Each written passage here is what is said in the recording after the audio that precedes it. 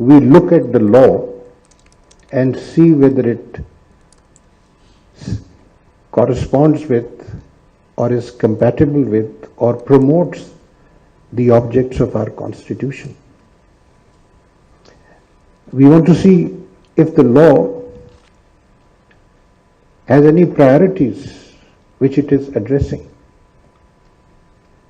Today, when I was thinking of what I would want to say to you, is that our law must support and encourage private business. That's point number one.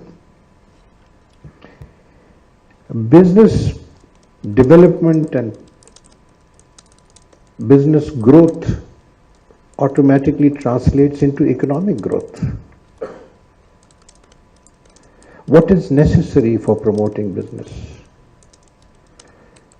We need a regulatory system, whether it is in tax, whether it is in corporate regulation, whether it is in relation to provision of infrastructural facilities like power, roads, water, gas, different industries. The fertilizer industry wants gas subsidies. Textile industry, yesterday you saw an ad, wants power subsidies, and so on and so forth. What we need to do is, whether these laws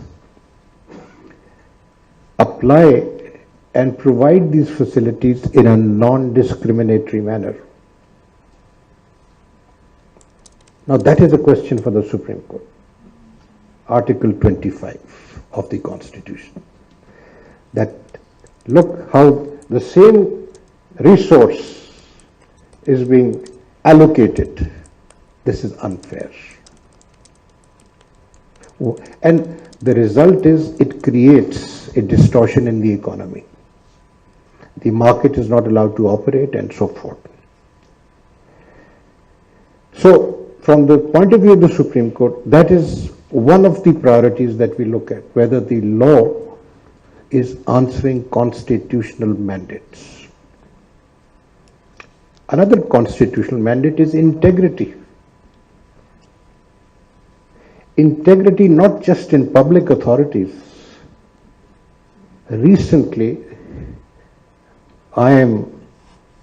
I took a chance at writing a judgment on a criminal matter, and I introduced these concept of commercial integrity.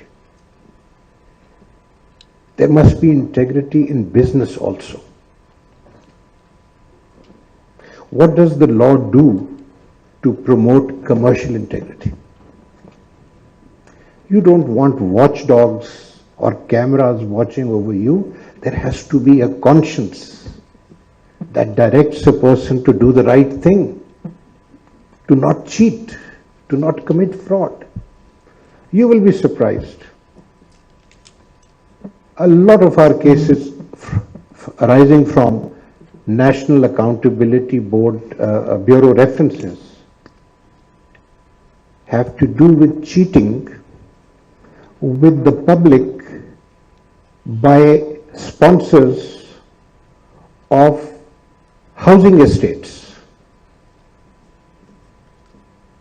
They collect money from the public, they don't have the land, and if they have the land, they have occupied the land wrongly, unlawfully from government territory, and you discover that government land is being used for a private housing society, and this is happening all over the, I would say at least in the province of Punjab and the province of Sindh. So, commercial integrity. That is a principle I think the courts of law should apply. Number two, good business requires what you've been talking about, transparent regulation. our regulatory frameworks should be transparent.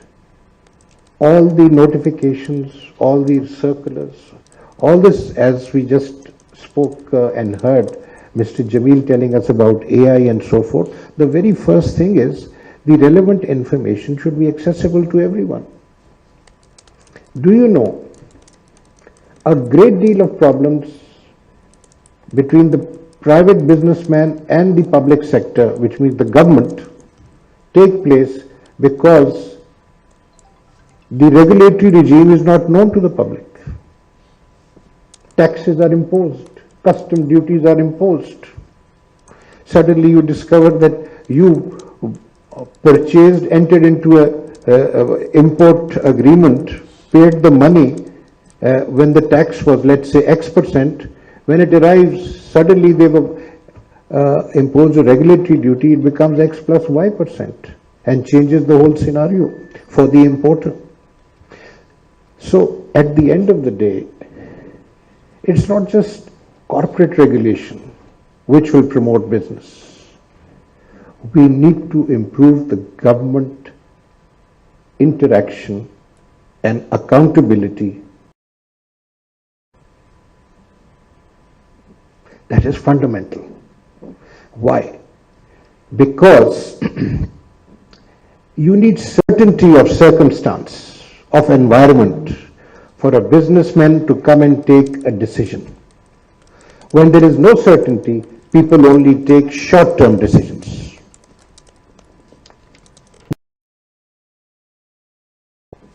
In Pakistan, the IPPs came and made investments because the government of Pakistan guaranteed a 30-year tariff. That's why they came on a long-term investment. So you need that certainty for the businessman in Pakistan. You need fair treatment under tax laws.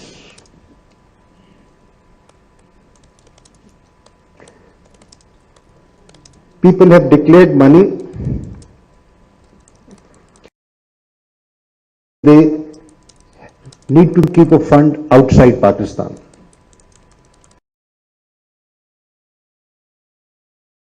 But the law allows people to have foreign currency accounts abroad. Companies. Recently, the taxed money lying in a foreign currency account abroad has been added to a further tax.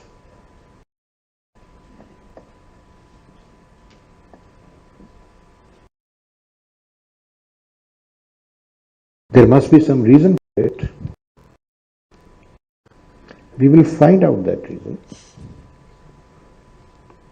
And the court has an obligation to apply the law. We do not suspend laws just like that. There has to be a constitutional violation to suspend a law. So we directed deposit in court, 50% deposit with the department. But when we hear this, I think the only ground they have, which may be a good ground when it is heard, I should not actually talk about it. But because it is, I just wanted to tell you that, you see, surprises come. Don't surprise a businessman if you want business to thrive in this country. And particularly the tax regime. The tax regime must be reliable, consistent, because you can't cut the tree if you are basically looking for the fruit. So that is the second thing, or rather the third thing. At the end of the day, for the business to be conducive, the investor has to have protection. And that investor basically needs or should be assured of a level playing field. If you have industries where there are monopolies, then you will not find the big investor coming in, competing with monopolies. Similarly, the shareholder has to be protected. The majority shareholders, we have so much experience of all these binding. The majority shareholder exploits the minority shareholder. We need protection for the minority shareholder. And then the small shareholder on the stock exchange also. That's where your work in the SECP comes, in protecting their rights, the investors' rights, the shareholders, minority shareholders' rights, and the what would you call, the shareholder on the stock exchange is 100, a small.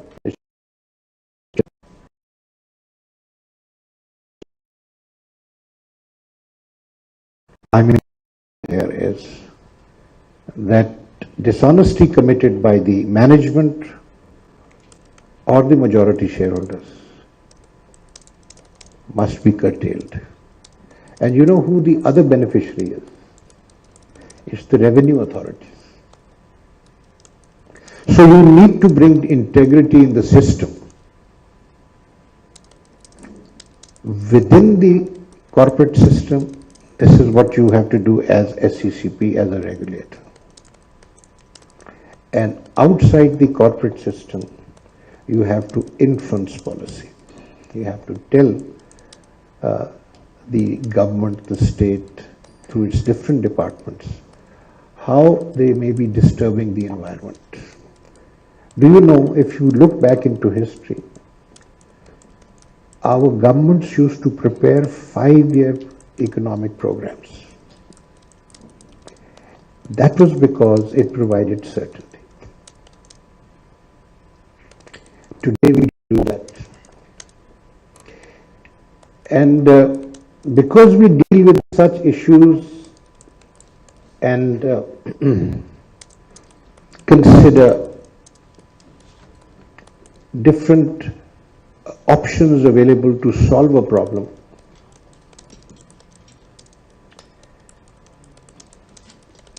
we think about what ought to be done to improve the situation, ameliorate the situation, and create a better environment.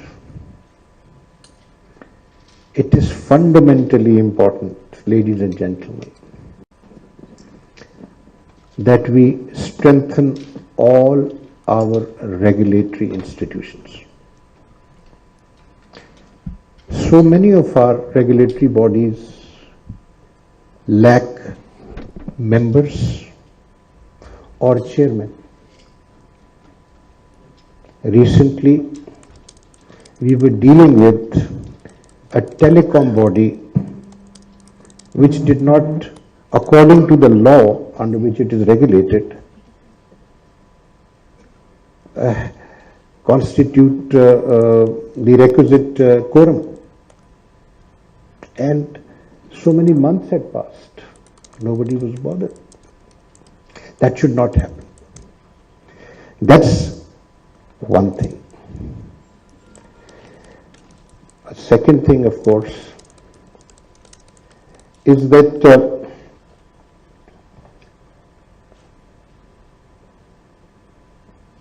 let me move to the next point, because there are a few other suggestions I have, but I don't think that this is the forum to share them. But the point of importance is that we have to create the requisite environment, and for that there are a number of things which are essential for their environment to prosper, that must be fed into the system. Regulatory bodies is one, constitutional bodies is another. I mean, the Election Commission of Pakistan is a constitutional body. we have to, as courts of law, support the Election Commission of Pakistan.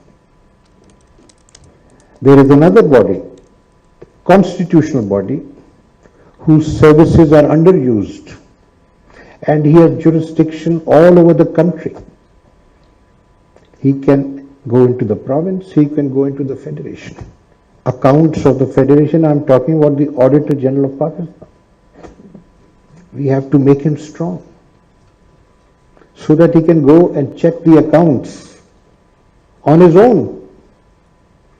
Because whenever you have an issue about accountability, it goes into the accounts. You find out 3 years later that so much money was taken away.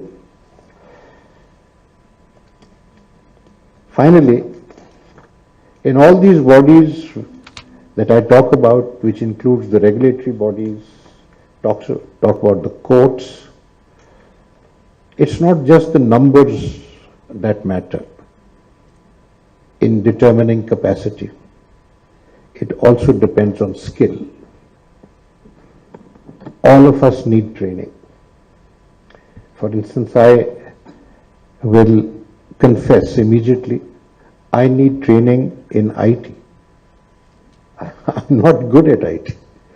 So I can maybe operate the computer, but that's about all. All these other things, that these vistas and horizons that have come up, ये क्या नाम है, chat GP क्या नाम है? I mean, I believe it is excellent, but I haven't ventured into it. But some of my younger colleagues are doing it. So we need to build capacity. I don't know if I sounded relevant, but I shared some personal thoughts with you on this subject. I'm grateful to be here. Pleasure meeting you all. Thank you very much. Thank you.